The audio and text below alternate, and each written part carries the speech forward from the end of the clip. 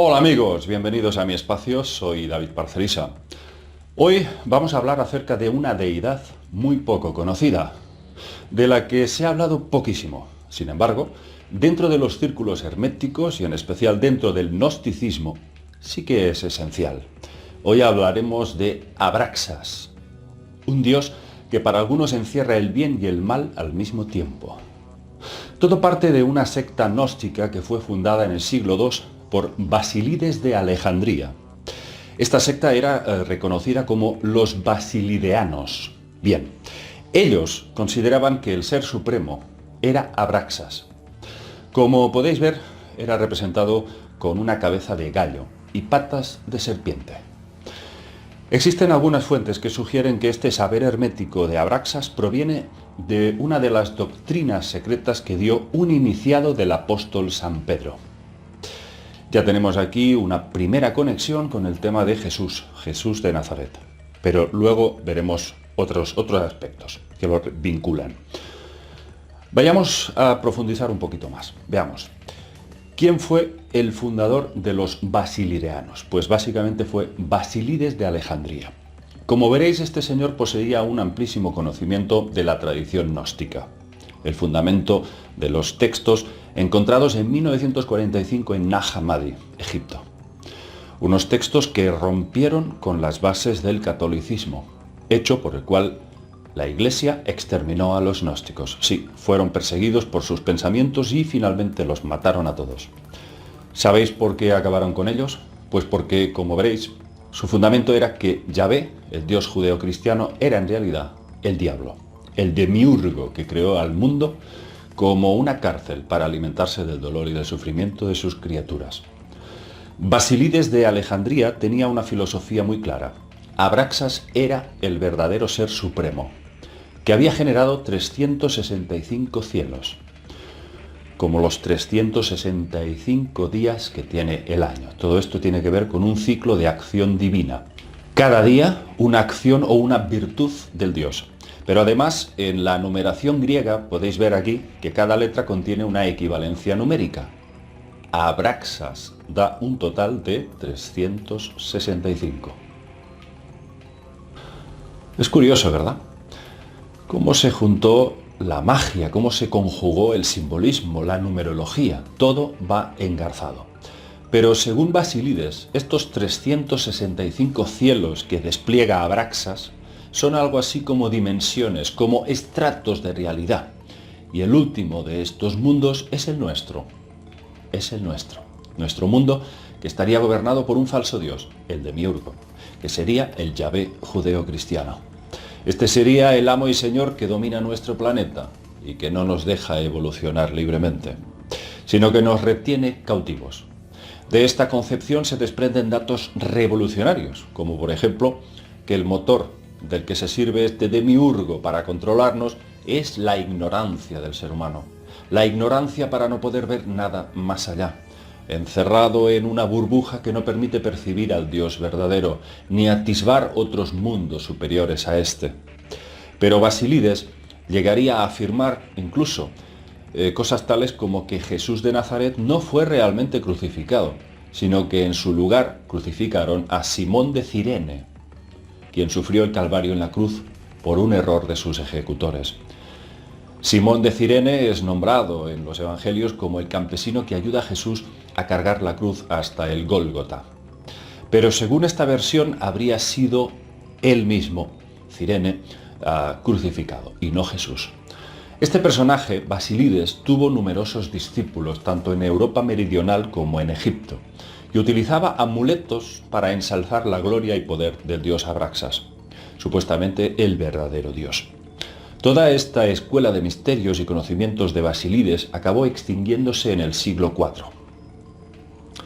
Y finalmente, como ya os dije, los gnósticos acabaron siendo masacrados por la Iglesia, quemados vivos en la hoguera y ajusticiados de las formas más crueles imaginables.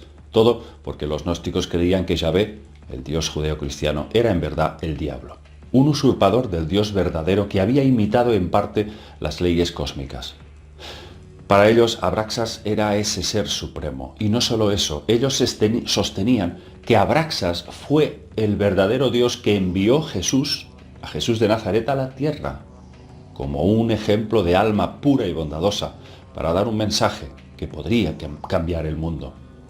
Entre el siglo III y IV, Abraxas se vinculaba a Mitra, y algunos lo veneraban como mediador del persa Ahura Mazda y Ahriman, es decir, entre el bien y el mal. Las dos polaridades estarían integradas en esta misma superconsciencia. De tal modo que aquel ser humano que se mostraba benévolo, honesto y con una actitud bondadosa hacia los demás y hacia la vida, Abraxas lo apoyaba y lo colmaba de felicidad. Pero ay de aquel que se volvía oscuro, cruel o maligno. Abraxas lo aplastaba con fuerza. Se decía que Abraxas ayudaba solo a las buenas almas, las almas caritativas, puras, aquellos que por el contrario robaban, mataban o actuaban con maldad. Abraxas era implacable con ellos, los destruía. Otro punto interesante es que los gnósticos usaban talismanes y símbolos de poder como protección, y ahí estaba Abraxas. Generalmente se dice que el conjuro de poder Abracadabra, tan mítico, fue posterior a Abraxas, es decir, primero se usó el conjuro con las letras Abraxas. Según Madame Blavatsky, Elena Blavatsky, Abraxas es un conjunto de letras mágicas que tendría su origen en el copto y en Egipto, y que significa no me dañes, es decir, sería usado como amuleto de protección. Lo llevaban escrito como talismán colgado en el cuello. Aquí podéis ver monedas y gemas, e incluso piedras, donde estaba escrito Abraxas, y como podéis ver lo representaban con un cuerpo humano con cabeza de gallo. Fijaos que en una mano portaba un escudo y en la otra un látigo. Luego observad que sus piernas son enteramente dos serpientes. También en algunas gemas aparecen las letras I, A, O, consideradas divinas. Curiosamente, la palabra gallo o gallo contiene estas vocales. En el libro Curso Esotérico de Cábala, del maestro Samael, en su capítulo sexto, podemos leer lo siguiente. La clave se encuentra en la serpiente. Las patas de gallo del Abraxas es una doble cola de serpiente. Existe la serpiente del Edén y la serpiente de cobre de Moisés, entrelazadas en el Tau, es decir, en el lingam sexual. La serpiente normalmente está encerrada en el chakra Muladhara, la iglesia de Éfeso. Ella dormita en ese centro coxígeo. La serpiente debe salir de su iglesia inevitablemente. Si sube por el canal medular, nos convertimos en ángeles. Si baja hasta los infiernos atómicos, nos convierte en demonios. Ahora comprenderéis por qué la serpiente del caduceo es siempre doble. La fuerza sexual es el hile de los gnósticos.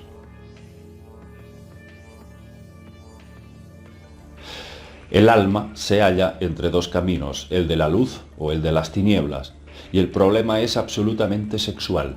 La clave se encuentra en la serpiente sagrada, el gallo que representa el I-A-O, el verbo, la palabra. Bien, yo me propongo, después de haber expuesto resumidamente toda esta concepción sobre este Dios que los gnósticos consideraban el auténtico Abraxas, si os ha gustado este vídeo y esta exposición de hoy, me comprometo, por supuesto, a compartir unos datos que probablemente no se han dado aún en habla hispana, sobre concepciones aún más extensas y detalles más específicos sobre este misterioso ser que sin duda es uno de los dioses más extraños de la historia de la humanidad, Abraxas. Hacedme saber si os interesa y vamos a profundizar aún mucho más. Amigos, me despido hasta la próxima. Un abrazo para todos. Chao.